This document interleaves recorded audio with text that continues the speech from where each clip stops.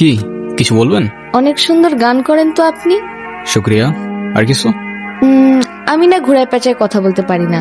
আচ্ছা, তারপর? আমার না আপনাকে ভাল লাগছে। তো কি করতে হবে এখন? আপনি আমার রূপকথার রাজপুত্র হবেন।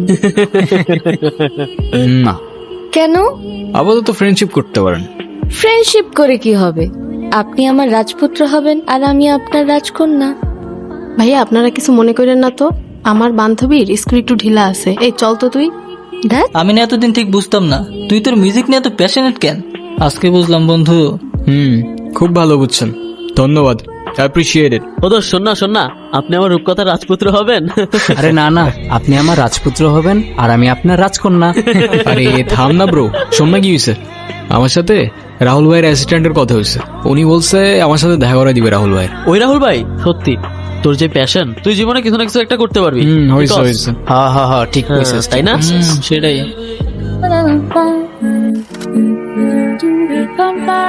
হাই রাজপুত্র। Hello, what's up? এই তো, আপনার কি অবস্থা? এই তো আলহামদুলিল্লাহ। আপনার নামটা যেন কি, ভুলে গেছি। আমি মেবি আপনাকে আমার নাম কখনো বলি নাই। উপস, মাই ব্যাড। যাই হোক, আমি রোহান, আপনি? আমি তারা। তারা? কোথাও যাচ্ছেন নাকি? হ্যাঁ যাচ্ছিলাম একটু ওই গিটারের স্ট্রিং কিনতে। আরেকদিন কিনে চলেন না, একটা লং ওয়াকে যাই নেচারের মধ্যে। মানে কি, কেন? চলেন না। আচ্ছা আরেকদিন যাবো না। ভয় পাচ্ছেন? ভয় পাবো আর আপনাকে?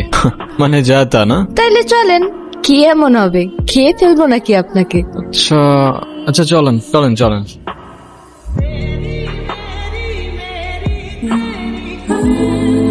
আপনার ভয়েসটা কিন্তু মাশাআল্লাহ, কিন্তু আপনি কি সারাক্ষণ এই গিটারটা নিয়ে ঘুরঘুর করেন? একজন আর্টিস্ট তার আর্ট আর ইনস্ট্রুমেন্ট ছাড়া আর কি নিয়ে ঘুরঘুর করবে বলেন? তবে সত্যি বলতে এই গিটারটা একটু স্পেশাল। আমার যখন 6 বছর বয়স, আমার জন্মদিনে আমার মা গিফট করছিল এটা। এমনিতে আপনার ক্যারিয়ার নিয়ে প্ল্যান কি? মিউজিক। আচ্ছা, আর ব্যাকআপ প্ল্যান? মিউজিক। আপনি আপনার প্যাশন নিয়ে অনেক সিরিয়াস মনে হচ্ছে। প্যাশন বাদ দাও, মিউজিকের বাইরে তো আমার কোনো লাইফই নাই, জাস্ট লাইফই নাই, বুঝছো? আচ্ছা, তারপরেও সাপোজ যদি কখনো মিউজিক ছেড়ে দিতে হয়, তখন কি করবেন? মিউজিক ছেড়ে দিতে হবে মানে? মানে বুঝলাম না তো আমি। সমস্যা কি আপনার? ফাইজলামি করতেছেন আমার সাথে? আরে সরি, আমি তো মজা করছিলাম জাস্ট। মিউজিক এটা কোনো জোক না যে মজা করবেন। আচ্ছা সরি তো, আচ্ছা কান ধরছি, যান, সরি। It's okay. আচ্ছা আমার না যেতে হবে, লেট হয়ে যাচ্ছে। ইস, লেট হয়ে যাচ্ছে। কি এমন কাজ তোমার? মানে আপনি থেকে ডিরেক্ট তুমি তো চলে আসছো না? হ্যাঁ, কেন, কোনো সমস্যা? হ্যাঁ, বাট কেন যেন মনে হচ্ছে তুমি খুব নাচরবান্ধা টাইপের মানুষ না? তুমি বুঝলে কি করে? এমনি গেস করলাম। তখনও বুঝে উঠতে পারিনি মিউজিকের পর দ্বিতীয় ভালোবাসাটা তুমি হয়ে উঠবে। ডিয়ার তারা, খুব অদ্ভুত একটা মেয়ে তুমি। মনে হচ্ছিল আমার সেই রূপকথার গল্পটার রাজকন্যা যেন হুবহু তোমার মতোই দেখতে। এক পা দুপা হাঁটতে হাঁটতে প্রথমে ভালো লাগা, এরপর ভালোবাসা, আর তারপরে অভ্যাস। আর সেই অভ্যাসের পরেই হয়তো সবকিছু চেঞ্জ হয়ে যায়, সবকিছু। আচ্ছা তোরা কথা বল, আমি ওই দিকটাতে আসি। 2 দিন পর পর এই ঝামেলাগুলা কি না করলে হয় না? কি কিছু বলবা না? যা বলার সেটা তো বলছি আমি তোমাকে, শুনতেছো কোথায়? শোনার মতো কোনো কথা বললে অবশ্যই শুনতাম, কিন্তু তুমি যেটা বলতেছো সেটা আমার পক্ষে করা পসিবল না। কেন পসিবল না? মানে তোমার লাইফে কি আমার থেকে তোমার মিউজিকের প্রায়োরিটি বেশি? মানে তোমার সাথে তুমি মিউজিকের প্রায়োরিটির কম্পেয়ার কিভাবে করো সেটাই আমার মাথায় ঢোকে না। রোহান, একটু প্র্যাকটিক্যাল হও। জীবনটা তো আর কোনো রূপকথার গল্প না। আমার গ্রাজুয়েশন শেষ, এভাবে আর কতদিন? তুমি মিউজিকটা বাদ দাও তো, আর তা না হলে আমার সাথে আর দেখা করতে আইসো না।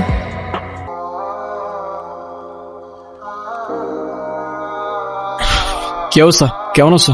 তুমি কবে ছাড়বা এসব? মানে আসতে না আসতেই তুমি আবার শুরু হয়ে গেলা। মানে আমি না বুঝি না, আছে কি তোমার এই মিউজিকের মধ্যে যে এটা ছেড়ে থাকা যাবে না? সেটা হয়তো তুমি আমার জায়গায় থাকলেই বুঝতো।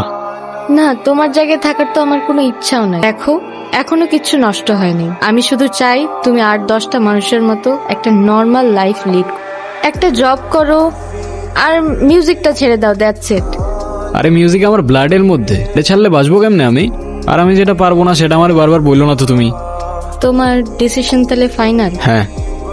আচ্ছা, কফি? থ্যাঙ্কস। কি ভাবছো? তারা তারা হ্যাঁ। কি ভাবছো?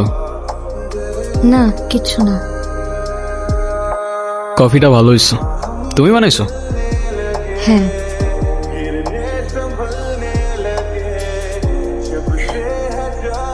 হ্যালো, আসসালামু আলাইকুম।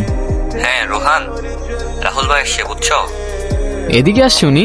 হ্যাঁ, আমি আবার তোমার কথা বলে রাখছিলাম তো। তুমি এক কাজ করো, টুক করে এসে বাসায় দেখা করে ছোট করে একটা অডিশন দিয়ে যাও। ভাই আমি এখনই আসতেছি। কোথায় আসবো ভাই? আমি তোমার লোকেশন পাঠাচ্ছি, চলে আসো। ওকে ভাই, শুক্রিয়া। কোথাও যাবা? হ্যাঁ, প্লিজ কিছু মনে করো না তুমি। আমার ছোট্ট একটা অডিশন আছে বুঝছো। ওই রাহুল খান আছে না, মিউজিক ডিরেক্টর, উনি আসছে। তুমি প্লিজ কিছু মনে করো না, আমি যাই এখন। তুমি বাসায় চলে যাও, আমি পরে কল দেবো না তোমাকে।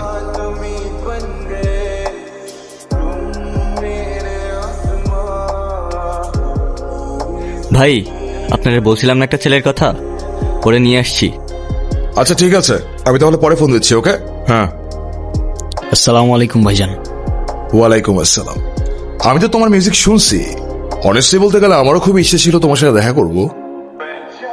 তোমার ভোকাল জাস্ট মারাত্মক। অনেস্টলি বলতে গেলে I am your big fan. আরে কি যে বলেন না ভাই, আপনি তো ইয়াং জেনারেশনের ইন্সপিরেশন। আর আপনার মিউজিক দেখে আমরা কত কিছু শিখছি। সবই তোমাদের ভালোবাসা। দেখো, আমার হাতে সময় তেমন একটা নাই। তুমি একটা কাজ করো, তুমি আমাকে কিছু একটা শোনো। নার্ভাস ফিল করার কিছু নাই। আর আমি তো তোমার ভাই, তাই না? তোমার আমার নামও মিলে যায়, রোহান রাহুল। শুরু করো। আচ্ছা ভাই, আমি আমার অরিজিনাল কিছু প্লে করি? হ্যাঁ, অবভিয়াসলি, প্লিজ। বালি চোরা বালিতে থাকে কেন?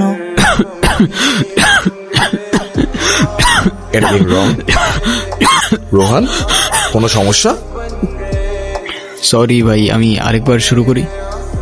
প্লিজ। কি হচ্ছে বুঝতেছি না। আরে ইটস ওকে, ইটস ওকে, শুরু করো। বালি চোরা বালিতে থাকে কেন? প্রশ্নের আড়ালে তুমি যেন।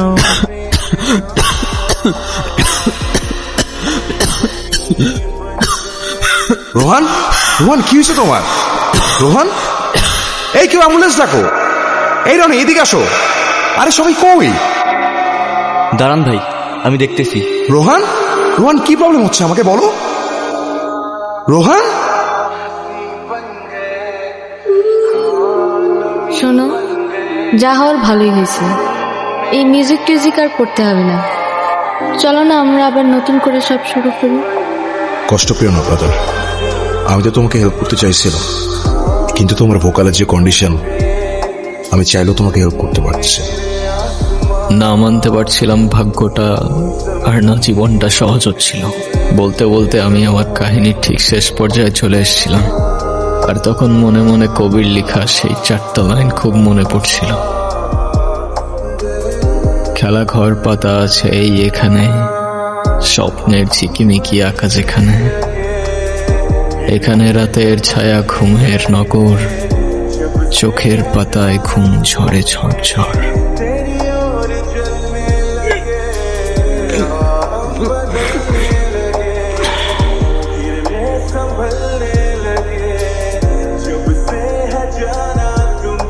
এখন কেন কাঁদছ? সেটা হয়তো কখনো বলতে পারবো না আমি তোমাকে। বলতে হবে না, জানি আমি। অ্যান্টিহিস্টামিনস।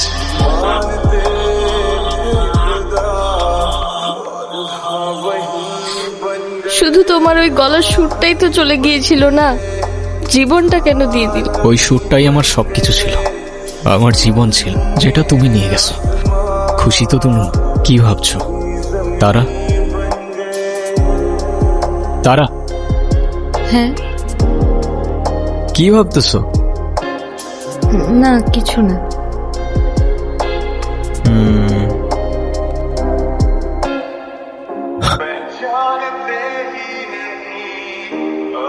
কি হয়েছে, ফেলে দিলা কেন? না, কফিটা একদমই ভালো হয়নি। আরে তাই বলে ফেলে দিতে হয় নাকি? তুমি কষ্ট করে বানাইছো, এটাই তো অনেক না? অডিশনের জন্য কল দিছে? হ্যাঁ, তুমি জানলা কি করে? সেটা জানি না। তুমি যাও, আমি বাসায় চলে যাব। না, যাব না, বাদ দিয়ে দিব। কি বাদ দিয়ে দিবা? এতদিন যে সুযোগটার জন্য ওয়েট করেছিলে, সেটা তোমার সামনে। আর তুমি যাবে না? না, তুমি ঠিক বলছিলা, প্র্যাকটিক্যাল হওয়া উচিত আমার। জীবনটা তো আর কোনো রূপকথার গল্প না, তাই না? তাহলে আমি আবার বলছি, আমি ভুল ছিলাম। আর আমি বলতেছি তুমি এখনই যাবা। কিন্তু না, আর কোনো কথা না। আমি বলছি যাবা তো যাবা, আর ভালো মতো অডিশনটা দিবা, তারপর মিষ্টি নিয়ে আমার সাথে দেখা করতে আসবা। এর আগে কোনো কথা না। যাও যাও যাও যাও যাও। আচ্ছা আচ্ছা, যাচ্ছি।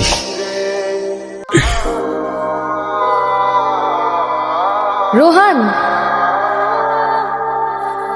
তুমি আমার রূপকথার রাজপুত্র হবা। হ্যাঁ, আর তুমি হবা আমার রূপকথার রাজকন্যা। হয়তো এই গল্পটা কোনো রূপকথা কিংবা শুধুমাত্র তারার একটা ভ্রম, তবে জীবনটা তো আর কোনো রূপকথার গল্প না। কিন্তু কাছের মানুষগুলো যদি আপনার সাথে সবসময় ছায়ার মতো থাকে, জীবনটা রূপকথার চেয়ে কোনো অংশে কমও যায় না। আবার ওইখানে কবির লেখা সেই 4টা লাইন খুব মনে পড়ছিল। কখনো ঘোড়ায় চড়ে হাতে নিয়ে তীর, ঘুরে আসি সেই দেশ চম্পাবতীর। এইখানে আমাদের মানা কিছু নাই, তাই নিজেদের খুশি মতো কাহিনী বানাই।